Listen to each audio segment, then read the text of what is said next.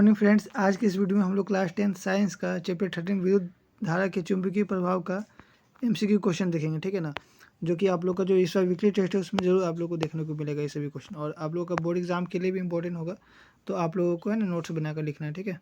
तो देखिए सबसे पहला क्वेश्चन क्या है, विद्युत धारा के चुंबकीय प्रभाव का खोज किसने किया था, ठीक है ना। तो विद्युत धारा के चुंबकीय प्रभाव का खोज जो है ना किन्होंने किया था, तो ऑस्टेड ने किया था। किन्होंने किया था? ऑस्टेड ने, ठीक है ना। यहाँ पे होगा सी आपका, ठीक है ना। चुंबकीय क्षेत्र रेखा चुंबकीय के किस ध्रुव से प्रकट होती है, तो आपको बताना है। जैसे आप समझिए ये क्षण चुंबक हमने ले लिए, यहाँ पे नॉर्थ पोल है, यहाँ पे ये साउथ पोल है, ठीक है ना। तो ये चुंबकीय क्षेत्र रेखा किस ध्रुव से प्रकट होती है, तो ये आपको पता होगा कहाँ से होता है, नॉर्थ से साउथ की ओर होता है। कैसे होता है? नॉर्थ से साउथ की ओर, ठीक है ना। नॉर्थ से साउथ की ओर प्रकट होती है, ठीक है ना। जो बाहर है आपका नॉर्थ से साउथ की ओर प्रकट होती है, और अंदर में जो है साउथ से नॉर्थ की ओर जाता है, ठीक है ना। यानी कि ये क्या होगा, तो आपका जो है ना ये नॉर्थ यानी कि उत्तरी ध्रुव से प्रकट होती है। कहाँ से? उत्तरी ध्रुव से, ठीक है। चलिए क्वेश्चन नंबर 3 देख लीजिए क्या है। निम्नलिखित में से कौन किसी लंबे विद्युत धारावाही तार के निकट चुंबकीय क्षेत्र का सही वर्णन करता है। तो देखिए इसका ऑप्शन क्या है, चुंबकीय क्षेत्र की क्षेत्र रेखाएं तार के लंबवत होती है, नहीं ये तो नहीं होता है ना। समांतर, तो ये भी नहीं होता है, ठीक है। तीसरा क्या बोला है, तो देखिए ध्यान दीजिए, चुंबकीय क्षेत्र रेखा है ना, नहीं ये भी नहीं होगा, ठीक है ना। इसका आंसर क्या हो जाएगा आपका डी नंबर। क्या होता है, तो चुंबकीय क्षेत्र रेखा सकेंद्रीय क्षेत्र में है ना, क्षेत्र रेखाओं का केंद्र तार होता है। सकेंद्रीय मतलब क्या होता है, मतलब जितना भी उसमें जो रेखा होती है सबका जो सेंटर होता है वो क्या होता है, एक ही होता है ना, ये सकेंद्रीय होता है। क्या होता है? सकेंद्रीय। इसीलिए इसका आंसर क्या हो जाएगा, डी नंबर हो जाएगा, ठीक है ना। चलिए क्वेश्चन नंबर 4 देख लेते हैं क्या है ना, विद्युत चुंबकीय प्रेरण की परिघटना, ठीक है ना। तो क्वेश्चन नंबर 4 जो है इसमें देख लीजिए आपका क्या बोला जा रहा है, किसी विद्युत को अवसित करने की प्रक्रिया है, नहीं, ठीक है ना। किसी कुंडली में विद्युत धारा प्रवाहित होने के कारण चुंबकीय क्षेत्र उत्पन्न करने की प्रक्रिया है, नहीं ये भी नहीं है, ठीक है ना। इसका आंसर क्या हो जाएगा, तो सी नंबर। कुंडली तथा चुंबक के बीच अपेक्षित गति के कारण कुंडली में प्रेरित विद्युत धारा क्या होता है, उत्पन्न होता है, ठीक है ना। यानी कि अपेक्षित गति के कारण जो है ना वहाँ पर कुंडली में क्या होता है, विद्युत धारा प्रवाहित होता है। ये जो है आप विद्युत मोटर पढ़ेंगे तो उसमें आपको ये समझ में आता होगा, ठीक है ना। चलिए इसका आंसर हो जाएगा आपका सी नंबर। चलिए क्वेश्चन नंबर नेक्स्ट देख लेते हैं। क्वेश्चन नंबर 5 क्या है आपका, ठीक है। क्वेश्चन नंबर 5 देख लीजिए क्या है, विद्युत धारा उत्पन्न करने की युक्ति को कहा जाता है। विद्युत धारा को उत्पन्न करने की युक्ति को हम लोग क्या करते हैं, जनित करते हैं, ठीक है ना, यानी कि जनरेटर इसको इंग्लिश में बोलते हैं। चलिए नेक्स्ट क्वेश्चन देख लेते हैं क्या है।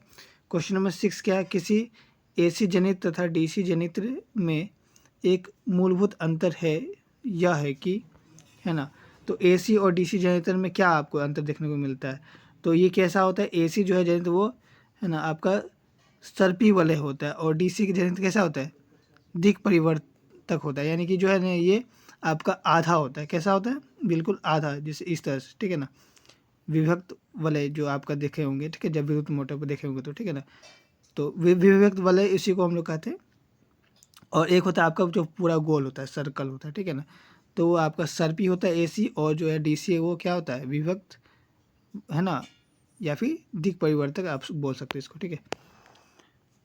चलिए क्वेश्चन नंबर 7 देख लीजिए क्या है ना, लघु पतन के समय परिपथ में विद्युत धारा का मान होता है ना। इसमें जो है विद्युत धारा का मान अचानक बहुत अधिक बढ़ जाता है। इसका आंसर हो जाएगा आपका सी नंबर, है ना। विद्युत फ्यूज विद्युत धारा के किस सिद्धांत का कार्य करता है, तो आप लोगों को पता होगा विद्युत फ्यूज जो है ना विद्युत धारा के किस सिद्धांत पर कार्य करता है, तो आपको इसका आंसर क्या हो जाएगा आपका ए नंबर। क्या होगा, उष्मीय। किस पर कार्य करता है, तो उष्मीय पर, ठीक है ना।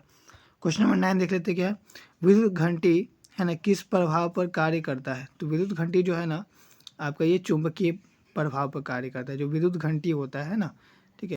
चलिए क्वेश्चन नंबर 10 देख लीजिए क्या है, डायनेमो का सिद्धांत आधारित है, ठीक है, किस पर आधारित है, तो ये जो है ना आपका धारा के ऊष्मीय प्रभाव पर आधारित है। किस पर, धारा के ऊष्मीय प्रभाव पर, ठीक है ना। चलिए क्वेश्चन नंबर 11 देख लीजिए, विद्युत बल्ब में कौन सी गैस भरी होती है, तो विद्युत बल्ब में जो है ना ये भी बहुत ही इंपॉर्टेंट क्वेश्चन है, ठीक है ना, निष्क्रिय गैस भरी होती है। कौन सा, निष्क्रिय गैस, ठीक है ना।